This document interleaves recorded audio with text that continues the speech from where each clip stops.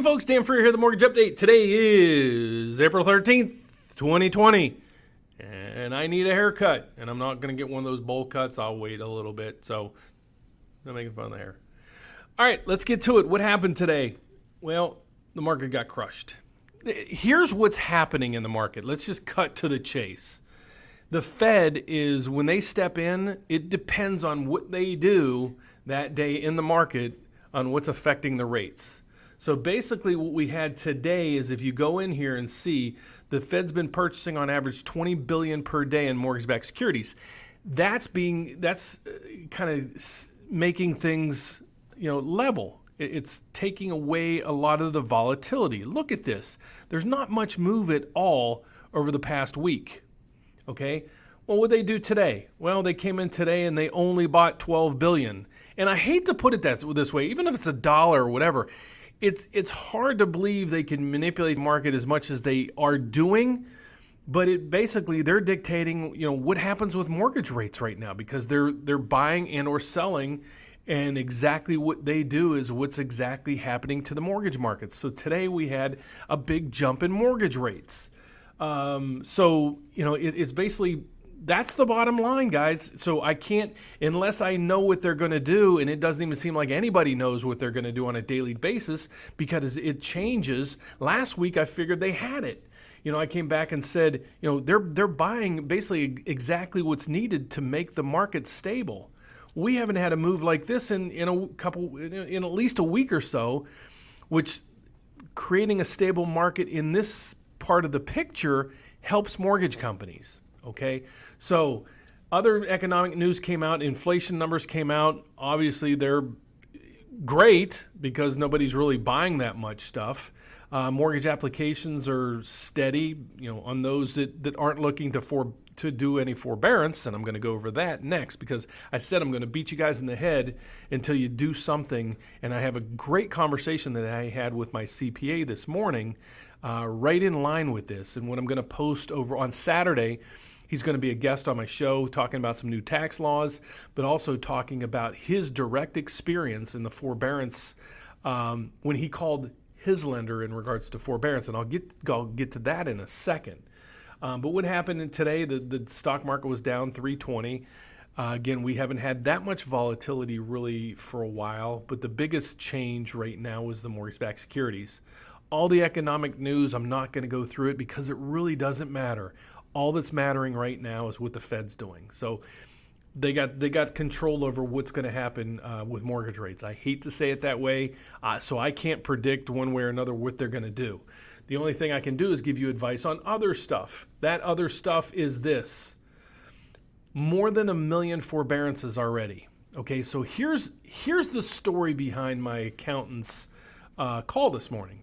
So he shoots me a text, "Hey Dan, call me." And he's periodically on my show, and he goes over tax laws and a lot of the, getting prepped to file your taxes and a whole bunch of other stuff. So he said, "Hey, I called my mortgage company last week, and I was on hold for 75 minutes, and I asked for a forbearance, and they kind of hem-hawed and really didn't give him a definite answer, yes or no, or what's going to happen." So he gets something in the mail on Saturday.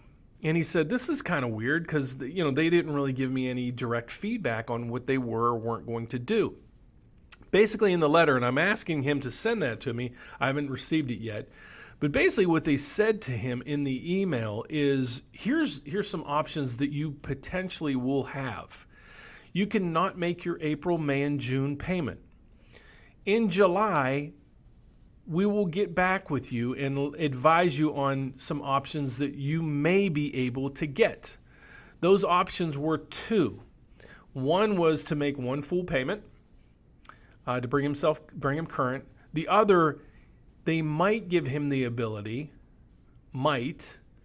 of kind of prorating those payments out and adding those adjustments to his payments for the next year to balance him out. So meaning you take those 3 payments he missed, divide that by 12, and add those to his mortgage payment. But the caveat here is they said to him, however, either one of those that you do, we are going to report you late on the credit report. So that was kind of a shocker because I thought a lot of this that was taking place was that they would not report you late. The unfortunate part about this is the lenders are just doing whatever. On mainstream media, they're telling you, the forbearances, just skip these payments and then add it to the end of the loan or whatever. That's just painting it with a silver lining. It's probably not going to be that easy. So I highly suggest, do not sign this when you get it. Review it. Have somebody else review it. If you're struggling, really struggling, please even have somebody review it prior to that. Try to make those mortgage payments. If you just cannot, period, there's no ifs, ands, buts about it, do what you got to do. But get in writing what they are or are not going to do for you. The other side of the puzzle is, make sure you read all the fine print. Don't be like so many in the past. Here's what happened with modifications back in 2008. And this is why I'm going to strongly pound on this every day, along with some, what's going on with mortgage rates and some other lenders and credit scores and everything else. But mortgage modifications were the buzzword back in 2008, 9, 10, 11. Probably, I think it came out that like 1 or 2 out of 10 people finally ended up qualifying. I seen hundreds of people who then got higher mortgage interest rates on their modification. And what happened is the mortgage company stretched out their term over 40 years and then added the deficiency balance on the end. So not only your payment went down $100 a month, but they put a higher interest rate on your loan, stretched it out over 40 years. That's how the payment went down, and then added any balances that you missed on payments to the end of the loan. So many people would pay 40 years and then still have a balance left after 40 years that they still had to pay. Where when I got involved with many of my clients, I put them in a rate that was like half of the interest rate that they were paying on their modification, put them on a 30-year loan, and their payments were still less than what the modification piece was. So what I want to get on this is don't do the modification if there's a potential of it being or coming on your credit report as a late. The reason why is if you go 30 days late, you're going to have a really difficult time refinancing if you need to 2, 3, 4 months down the road from now because you ran up some credit cards and did some other things. If you go 60 days late, there's nothing for you. So please read the fine print. The alternative is mortgage rates are still probably 99.9% of the people out there, homeowners. You can still refinance now and get a lower rate than you're paying. So if you can't make next month's mortgage payment, or you're waiting for your unemployment check to come in, or you're waiting on the stimulus check to come in, and that's the only way to make your mortgage payment, please call me. Please email me. Please go to my website and apply. At least check out that option for yourself and your family. We will do an analysis for you and come back to you and say, okay, here's what it would look like if you refinanced. Here's what it would look like if you refinanced, maybe got some extra cash. Here's what it would look like if you got some refinance and we paid off all these bills. So that's probably going to be 99% of the people's best options out there. But if you just can't and you have to go into the forbearance agreement, please read it with a fine-tooth comb. Try any which way other than going with it. Now, if they're going to give you, and it's up to the individual lenders, if they are going to allow you to skip 3 mortgage payments, 4 mortgage payments, 6 mortgage payments, and add that to the end of the loan, maybe not a bad idea. But if they're going to make you make 4 payments, push out 3 payments to the 4th month and then have to make 4 payments in a row, and during that time rate you late on the credit report, if you don't have the money today, you're not going to have it 4 months down the road. So that's the best advice I can give you. So my name is Dan Frio. I do the mortgage update every day. What I'm trying to get out there is the facts to you. I'm not trying to fearmonger you. Somebody might say, oh, he's just trying to scare you into doing a refinance. I'm not. If the refinance puts you in a worse spot, by all means, I'll be the first one to tell you, don't do it. If you can make your mortgage payments, your rate's 2%, mine would be 4%. And mine doesn't do anything for you, but maybe you skip 1 or 2 payments and you're going from a rate of 2 to 4, don't do it. But if you're going from a rate of 5, 4.5 to 3, you skip 2 payments and you're saving some money, your payments are going down on a long basis. Okay, let's look at the other question people are going to say. Okay, Dan, you're doing exactly what they did for the modification.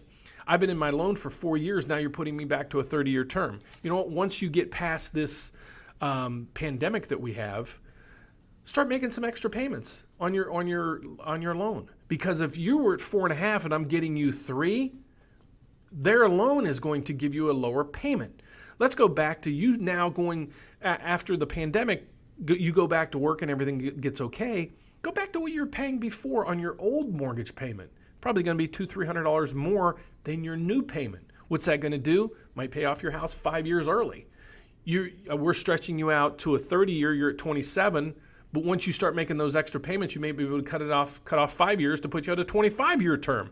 I know I'm going all over the board, so I'm really passionate about this. I saw so many people get abused in the mortgage modification processes that it infuriates me, and I just don't want millions of people to get stuck in this position too. Because when I saw more than 1 million forbearances already, 80% of these people are going to come back and say, "What did I do?"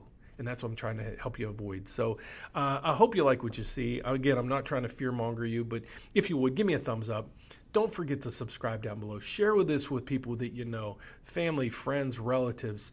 Don't have them go into forbearance. I would love to go over your forbearance agreement with you. And like I said, if it's putting you in a better position and not rating you late and not putting adding up 3 payments that you have to make 4 payments, a couple months down the road, I'm all for it. Take it if it's put you in a better situation, but it's probably not.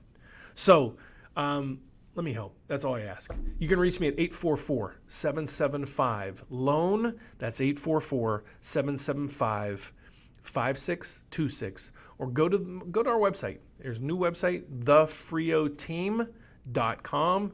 Frio is Frio. Or shoot me an email. It's dfrio@preferredrate.com. God bless, guys. Take care. Be healthy. I'll be back tomorrow, same time, same place, hopefully with some better news. Take care. See you then.